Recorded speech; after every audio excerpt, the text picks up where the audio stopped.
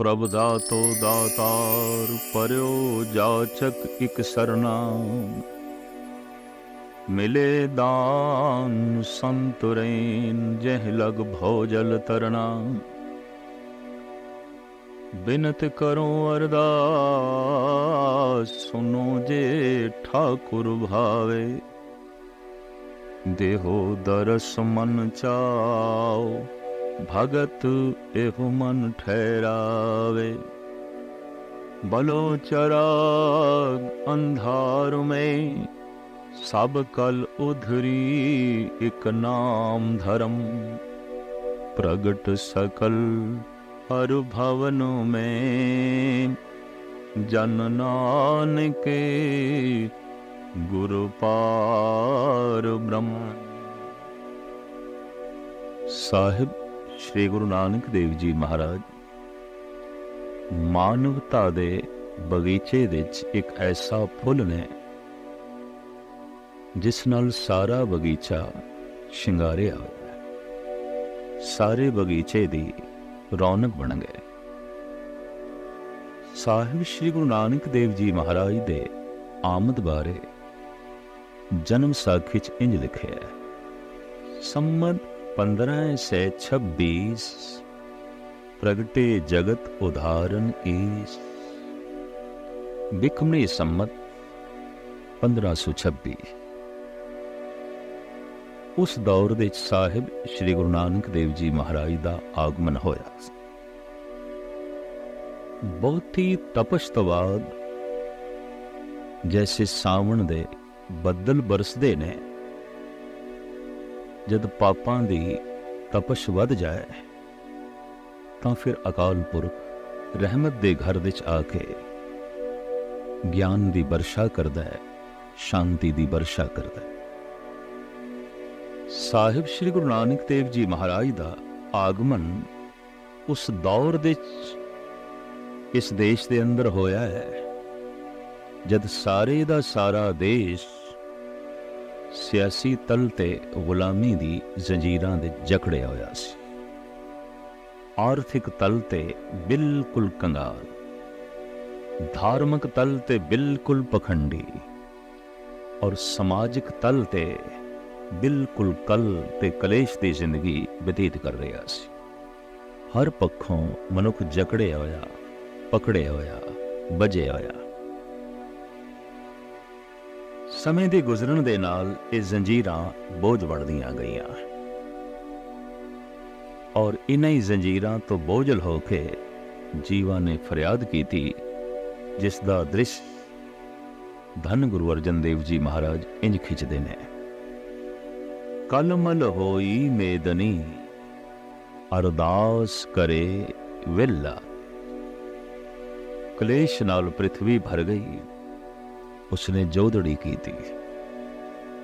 जकड़े होए, पकड़े होए, गिरफ्त होए मनुख लई इक्को ही रस्ता रह जांदा है, जोदड़ी, प्रार्थना।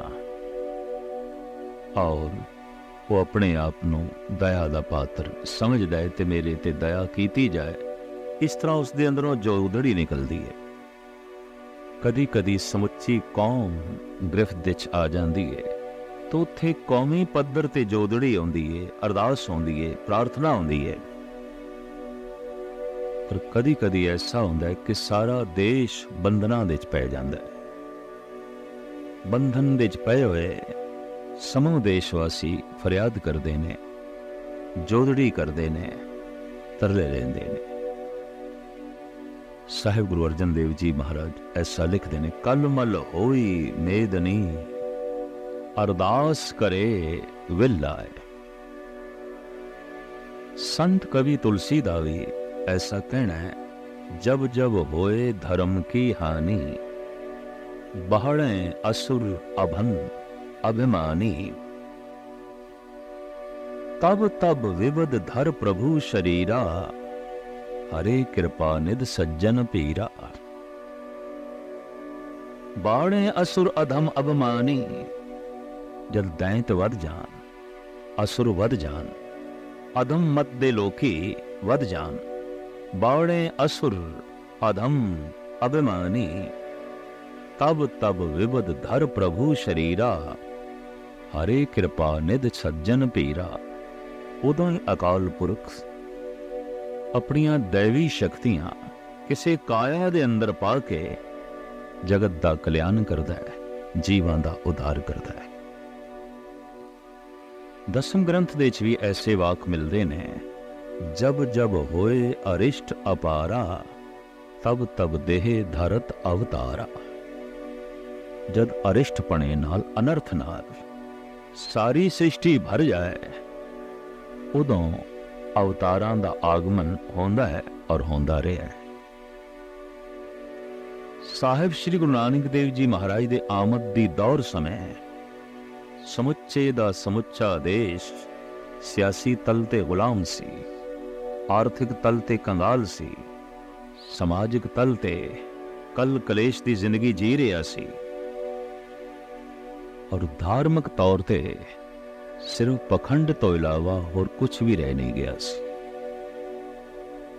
इस तरह का जकड़िया होया पकड़िया होया मनुख, उहदे सामने इक्को ही रस्ता रह जाता है, जोदड़ी, फरियाद, तरले। तो देशवासियों ने तरले लै जोदड़ी की थी, फरियाद की थी उस परिपूर्ण परमात्मा दे अगों, जिसका जिक्र धन गुरु अर्जन देव जी महाराज अपनी बाणी च करते हैं। कलमल होई मेदनी, अरदास करे विलाए, सच्चे सुनिया कन दे, धीरक देवे सहज सुभाए। इंद्रे नू फरमाया उठा छे बरलाए, तपी हुई धरती नू वेख के अकाल पुरख ने इंद्र नू हुक्म कीता, बदला नू हुक्म कीता बरसो। इंद्रे नू फरमाया बरसो किरपादार। गुरु नू बदल नाल तशबीह दिती है। प्रभु सागर है, गुरु बदल है। बदल सागर तो उत्पन्न होंदे ने, गुरु अवतार प्रभु तो आउंदे ने। सागर जब थां थां ते बरसना चाहता है, बदल बनता है। नारायण जब नरां दा उद्धार करना चाहता है, तो वह शब्द बनता है, गुरु बनता है। तदी ते भट्ट कहंदे ने, आप नारायण कलाधार, जग में परवरे हो। उस नारायण ने कलाधार के एक काया धारण की है, जगत दे कल्याण हित, जगत दे उद्धार हित। साहिब श्री गुरु नानक देव जी महाराज इस तरीके नाल जगत जीवन दा उद्धार करन लई संमत 1526 विच राय भोए दी तलवंडी, हुण नाम ननकाना और अस्थान मुल्क पाकिस्तान, उत्थे आप दा आगमन होया।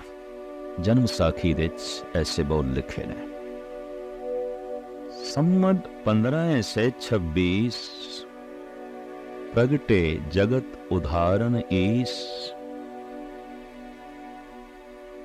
कार्तिक रुत शरद पूर्ण मासी, शुभ मुहूर्त शुभ लगन प्रगासी, अर्ध रैन बीती घट का पर, नानक जन्म लियो कालो घर।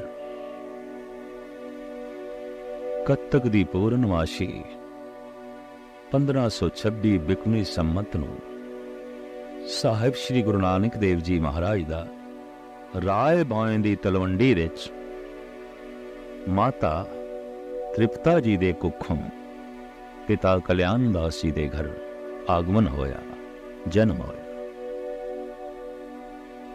सब तो पहले इस बालक दे दीदार तुलसा दाई ने की। हैरान होई, चकत होई। आज तक जितने बालक जगत विच आए, रोंदे ही आए। ये पहला बालक है, हसदा होया आया है, मुस्कुरांदा होया आया है। दरअसल जो रोंदे हुए आउंदे ने, तो मिल जाता है उन्हां तो इशारा, रोणगे रुलाणगे।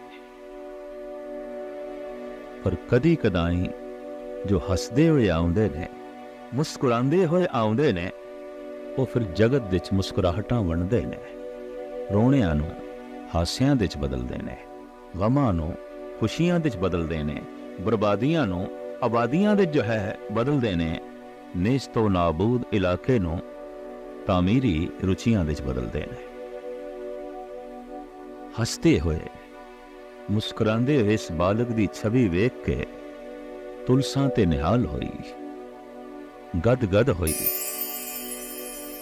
ਇਤਿਹਾਸ ਵਿੱਚ ਇਸ ਦਾਈ ਦਾ ਨਾਮ ਵੀ ਅਮਰ ਹੋ ਗਿਆ, ਕਿਉਂਕਿ ਉਸਨੇ ਇੱਕ ਐਸੇ ਬਾਲਕ ਦੇ ਦਰਸ਼ਨ ਕੀਤੇ ਜੋ ਵਾਸਤਵਿਕ ਅੰਮ੍ਰਿਤਮਈ ਸੀ, ਅੰਮ੍ਰਿਤ ਦਾ ਕੁੰਡ ਸੀ, ਜਗਤ ਨੂੰ ਅੰਮ੍ਰਿਤ ਦੇਣ ਲਈ ਆਇਆ, ਜਗਤ ਨੂੰ ਸਕੂਨ ਦੇਣ ਲਈ ਆਇਆ।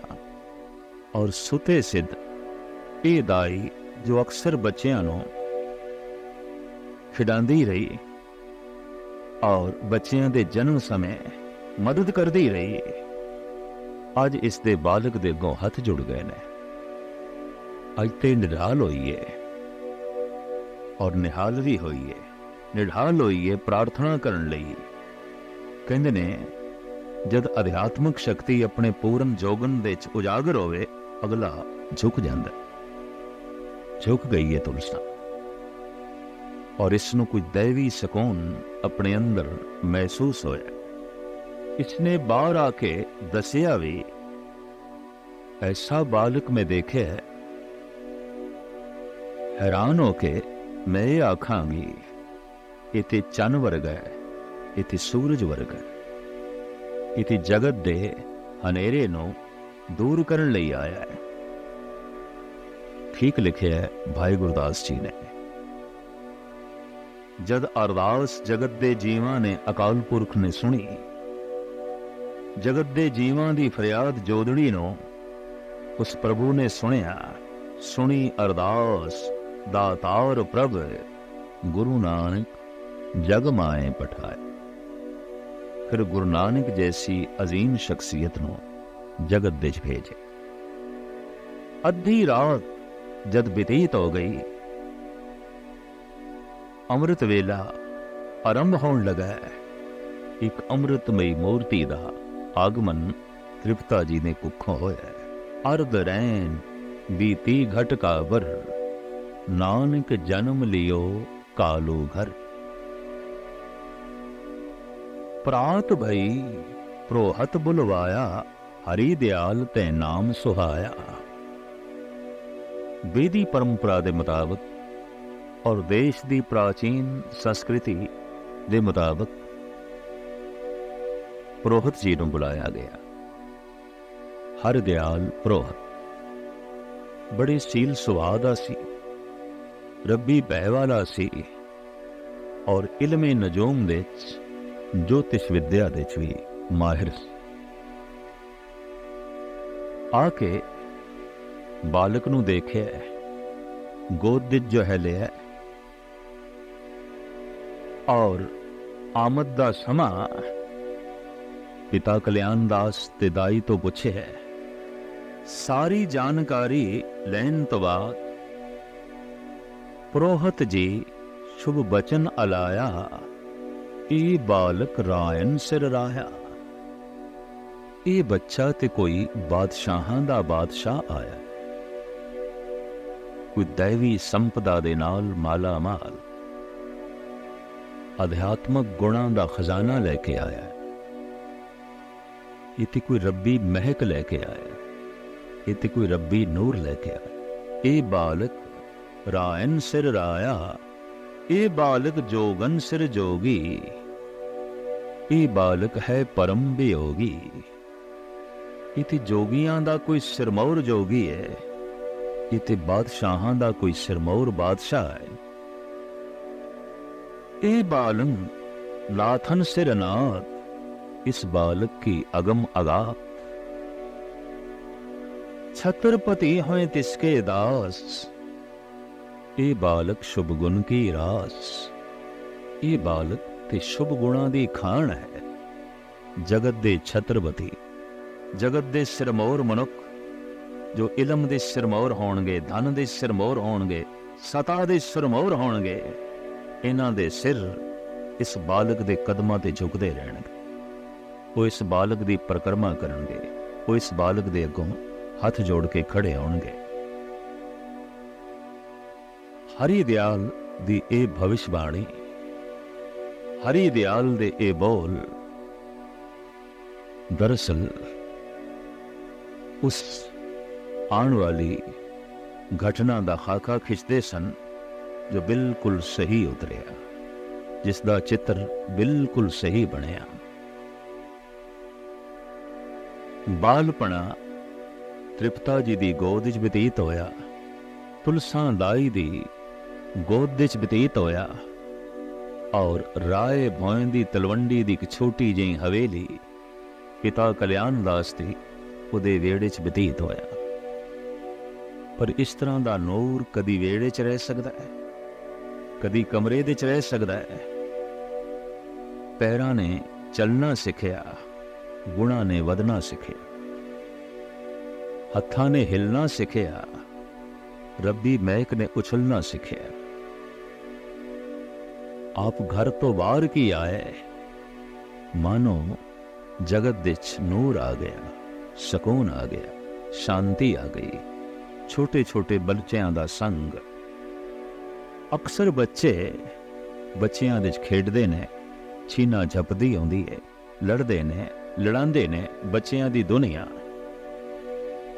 ਪਰ ਇੱਥੇ ਕੋਈ ਅਜੀਬੋ ਗਰੀਬ ਬੱਚਾ ਆਇਆ ਹੈ, ਖੇਡਣ ਦੇ 'ਚ ਰੁਚੀ ਨਹੀਂ, ਖਿਡਾਉਣ ਦੇ 'ਚ ਰੁਚੀ ਨਹੀਂ, ਜਪਣ ਦੇ 'ਚ ਜੋ ਰੁਚੀ ਹੈ, ਨਾਮ ਜਪਾਣ ਦੇ 'ਚ ਰੁਚੀ ਹੈ।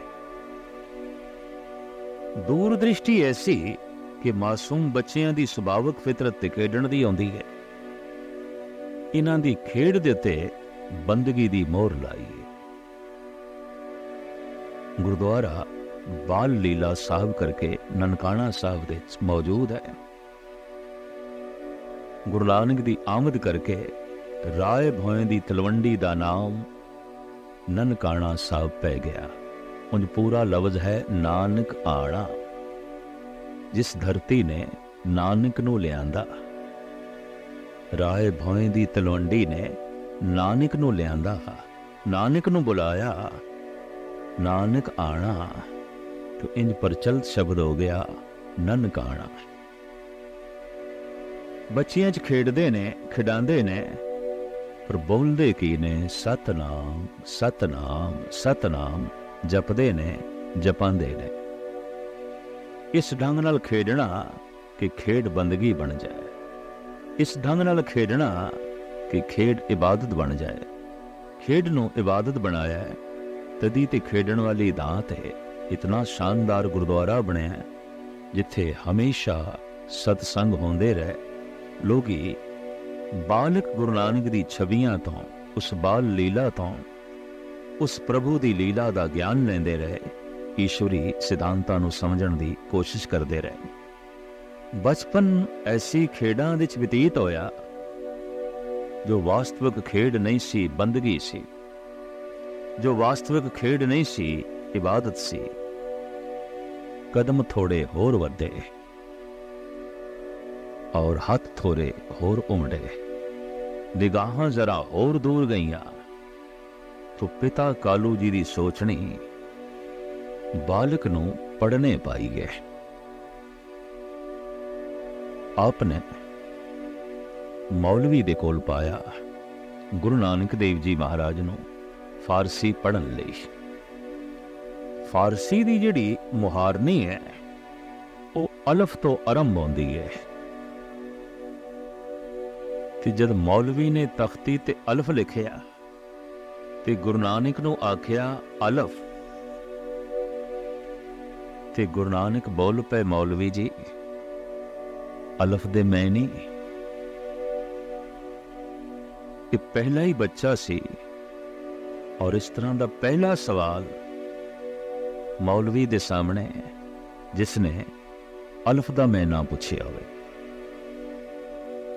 पहली दफा मौलवी नूं भी पता चलिया कि मैंने ते मैं भी नहीं जानदा जद कि मैं पढ़ा रहा। कहने लगा नानक जी अलफ दे कोई मैंने नहीं, अलफ बेमैनी है, हाँ बेमैनी। ये दो चार अल्फाज जद जुड़ते ने और पूरा अल्फाज जद बनता है, उस दे ते कोई मैनी होंदे ने। अलफ दे कोई मैनी नहीं, अलफ तो कोई से। एकदम नानक जी खड़े हो गए, मौलवी जी फिर बेमैनी अलफ मैं नहीं पढ़ना। मजबूर होके पिता कल्याण दास जी ने पंडित पास बिठाया भी चलो इत्थे प्रचलित भाषा उदी मुहारनी सिखे। उस जमाने जो प्रचलित भाषा सी, नाम उसदे अनेका सन। अज उसनू गुरमुखी आख्या जाता है, पंजाबी आख्या जाता है। पांडे ने ऊड़ा ऐड़ा लिखे है और नानक नू पढ़ाना आरंभ किया है और आख्या नानक जी पढ़ो ऊड़ा। इत्थे भी सतगुरु दा ओही प्रश्न, पांधा जी ऊड़े दे अर्थ पहले अर्थ दसो, फिर मैं पढ़ा, फिर मैं समझा, फिर मैं लिखा। इत्थे भी पुरोहित जी ने वही कुछ आख्या जो पहले मौलवी ने आख्या। नानक जी ऊड़े दे कोई अर्थ नहीं। दो चार शब्द जद जुड़ते ने ते पूर्ण जद शब्द बनता है, उसदे ते अर्थ होंदे ने। इस एक शब्द दे अर्थ नहीं ने, इस एक अल्फाज दे अर्थ नहीं ने। तो ऊड़ा बेअर्थ है, हाँ बेअर्थ है। तो बेअर्थ ऊड़ा मैं नहीं पढ़ना, बेअर्थ ऐड़ा मैं नहीं पढ़ना, बेअर्थ ईड़ी मैं नहीं पढ़नी। खड़े हो गए। हैरान है पुरोहित, हैरान है ए पांदा। अजीबो गरीब बच्चा है, एक एक अल्फाज दे अर्थ पूछदा है। गरजदी हुई आवाज दे जद पांदे ने आख्या, बालक थोड़े पिता ने मेरे कोल थानू भेजे है पढ़न लई, ना कि तर्क करन लई, ना कि पढ़ाण लई। तुसी पढ़ो। नानक जी कहन लगे, मैं कदों इनकार किया है पढ़न तो? मैं तो पढ़ना चाहना, मैनू दसो ऊड़े दे अर्थ अगर हैगे ते मैं पढ़ा, ते जे अर्थ ही नहीं तो मैं क्यों पढ़ा? कल्ले ऊड़े दे कोई अर्थ नहीं, कल्ले ऐड़े दे कोई अर्थ नहीं, कल्ले सस्से दे कोई अर्थ नहीं।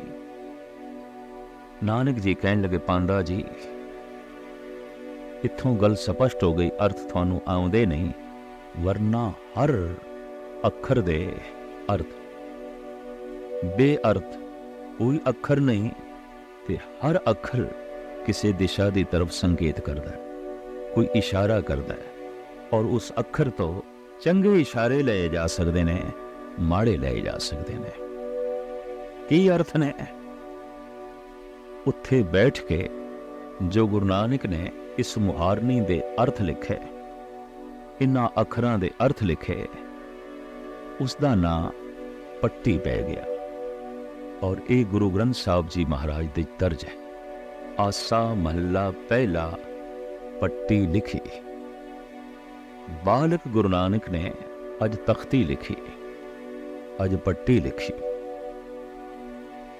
एक एक अखर की संदेश दे रहा है, कि उपदेश दे रहा है, किस पासे दा इशारा कर रहा है और किधर दा संकेत दे रहा है। सस्से सोए श्रेष्ठ जिन साजी, सबना साहिब एक भया, सेवत रह चित जिनका लागा, आया तिनका सफल भाया। सस्सा है पांदा जी ये उपदेश कर रहा है कि सारी सृष्टि उस प्रभु ने साजी है, और जो सेवा दे जुट गए, सस्से तो प्रेरणा लेके सिमरन दे जुट गए, सस्से तो प्रेरणा लेके जो सेवा दे जुट गए, संसार ते आया उन्हां दा सफल होया। की पढ़िया उसने सस्सा जिसने सेवा ना की थी, सिमरन ना कीता। ਪਾਂਦਾ ਜੀ ਇੱਕ ਇੱਕ ਅੱਖਰ ਪ੍ਰੇਰਦਾ ਪਿਆ, ਇੱਕ ਇੱਕ ਅੱਖਰ ਕਿਸੇ ਦਿਸ਼ਾ ਦੀ ਤਰਫ ਸੰਕੇਤ ਕਰਦਾ ਹੈ। ਇਹ ਪਾਂਦਾ ਬਿਸਮਾਦ ਹੋਇਆ, ਅਸ਼ਚਰਜਤਾ ਦੀ ਦੁਨੀਆ 'ਚ ਖੋ ਗਿਆ ਕਿ ਛੋਟਾ ਜਿਹਾ ਬਾਲਕ ਇਤਨੀ ਅਗੰਮੀ ਗੱਲ, इतनी अथाह गल, इतनी बुलंद गल। एक हथ नाल गुरु नानक दी बांह पकड़ लई, दूजे हथ नाल गुरु नानक दे चरनां नूं छोया। बालक नानक कहंदे पांदा जी तुसी मेरे पैर छूंदे हो? हाँ, इस वास्ते छूंदे हाँ कि पैर प्रभु दे मार्ग ते ने। ये हथ मैं इस वास्ते पकड़े है, इन्हां हत्थां दे प्रभु दा दामन है, प्रभु दा पल्ला है। बांह पकड़ के ये पांदा पिता कल्याण दास पास ले गया ते कालू जी समझ गए। पांदा जी थोड़ा चेहरा दसदा पिया कि गुरु नानक थोड़े कोल भी पढ़ नहीं सके जैसे कि मौलवी कोल नहीं पढ़ सके। मौलवी भी गिला ही करन आया सी, तुसी भी गिला ही करन आए होगे। नहीं, मैं गिला करन नहीं आया, मैं ते पटवारी जी ये दसन आया कि गुरु नानक कोलों पढ़ लेना चाहिए। ये पढ़न लई नहीं आया, ये जगत नूं पढ़ाउण लई आया है। मैं ते थोड़े जिहा बोलां दे ची अज बहुत कुछ पढ़ लिया, बहुत कुछ पढ़ लिया है। और पिता कल्याण दास नूं संबोधन करदे आया पांदा कहंदा है मैं ते अज पढ़ा लिखा बणिया, नहीं ते मैं इतनी जिंदगी अनपढ़ता दे च बतीत कर दिती। अज मैनूं दस्सिया है बालक नानक ने कि एक एक अखर किस दिशा की तरफ संकेत करता है। अज पता चलिया कि सस्ता पढ़िया होया उस मनुख का बेमय नहीं है जिन्हें सिमरन नहीं किया, जिन्हें सेवा नहीं की, जिसका चित्त प्रभु दे जो है नहीं जुड़िया। एक एक अखर शुभ गुणा की तरफ प्रेरदा है, एक एक अखर प्रभु दे मार्ग की तरफ जो है प्रेरदा है। साहिब गुरु नानक जिथे बैठते ने, बैठण नाल वो थां इबादत गाह बन जाती है, धर्म मंदिर बन जाती। ये ठीक ही आखिया गया जिथे जाए बहे मेरा सतगुरु सो थान सुहावा राम राजे। आप घर विच खेडदे सन, घर मंदिर बन गया सी। आप बच्चियां नाल खेडदे सन तो खेडण दा स्थान मंदिर बन गया। आपने पांदे कुल विद्यालय दे शिक्षा प्राप्ति दी थां ते जद शिक्षा दिती तो विद्यालय भी मंदिर बन गया, धार्मिक मंदिर बन गया, प्रभु का मंदिर बन गया। दरअसल गुरु नानक जिथे बैठते ने, बैठन नाल ही धर्म मंदिर उसल जाता है, धर्म की चर्चा होती है, धर्म का आदान प्रदान होता है और धार्मिक गुण दूजियां दे अंदर उजागर हो जाते हैं। वास्तविक आप चलते फिरते धार्मिक मंदिर सन, पर पिता निराश होए क्योंकि प्यो दे अंदर एक मोह भी आंदा है, ममता भी आंदी है। और पिता बच्चे प्रति ये चिंता भी रखता है कि उसका भविष्य उज्जवल हो, उसका भविष्य महान होवे। ये ठीक है कि संत भावें पूजे जाते रहने साडे देश दे, धार्मिक बंदियां दा सत्कार रहा है, लेकिन दिलों कतई मनुख ने ऐसा नहीं चाहा कि मेरे घर कोई संत पैदा होवे, कोई भगत पैदा होवे। उसका एक कारण भी सी कि इतने भेखधारी संत होए और उन्हां कारण इतने बच्चे रुले, इतनियां स्त्रियां दे सुहाग रुले और इतने मां बाप दी ममता कुचली गई कि पुत्र संत होवे, ये मां बाप दी चाहत ही ना रही, ये पत्नी दी इच्छा ही ना रही। लेकिन जगत गुरु बाबा एक ऐसे संत, एक ऐसे महापुरुष आन जगत दी